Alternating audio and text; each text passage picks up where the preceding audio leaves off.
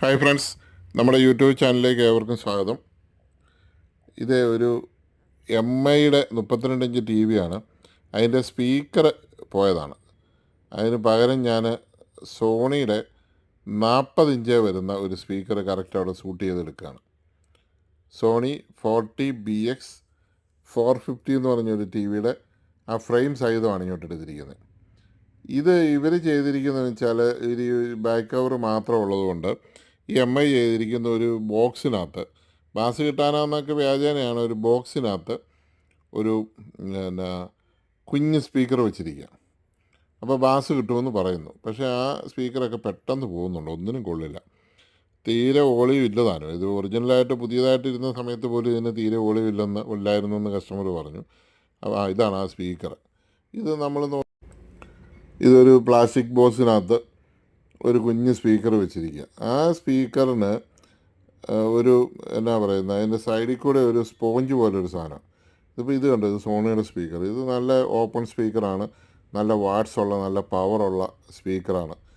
40 inch. സോണിയുടെ എല്ലാ audio ഭയങ്കര quality അല്ലേ, എല്ലാ ടി വിയിലെ എന്ത് സാധനത്തിൻ്റെയും നല്ല സൂപ്പർ ക്വാളിറ്റിയുള്ള നല്ല സ്പീക്കേഴ്സ് അവർ യൂസ് ചെയ്യുള്ളൂ. ഇതാണ് അതിൻ്റെ സ്പീക്കർ. അപ്പോൾ ഇത് നമ്മൾ മാറ്റി നമ്മൾ സോണിയുടെ സ്പീക്കർ വെക്കുമ്പോൾ ഭയങ്കര ഓളി വ്യത്യാസവും ക്വാളിറ്റി വ്യത്യാസവും സ്ഫുടതയും കിട്ടും. മറ്റേ തിരിയത്തില്ല, മറ്റേ ആ ബോക്സിനകത്തെ ഒരു ചതുരപ്പെട്ടി പോലെ ഇരിക്കുന്ന കുഞ്ഞ് സ്പീക്കർ.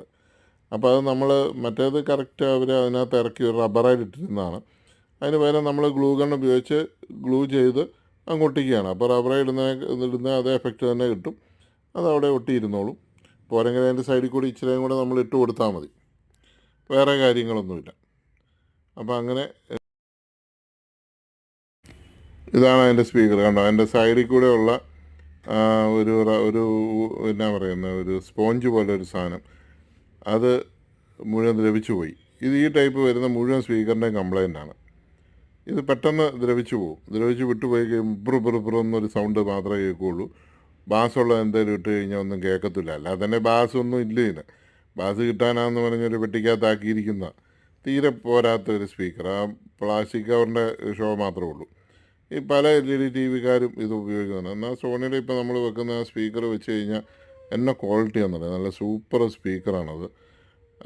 ആ സ്പീക്കറാണ് ഇപ്പോൾ ഇതിനകത്തോട്ട് ഫിക്സ് ചെയ്യുന്നത്. ഫിക്സ് ചെയ്ത് കഴിഞ്ഞ് അതിൻ്റെ ഓഡിയോ നിങ്ങളെ കേൾപ്പിക്കാം.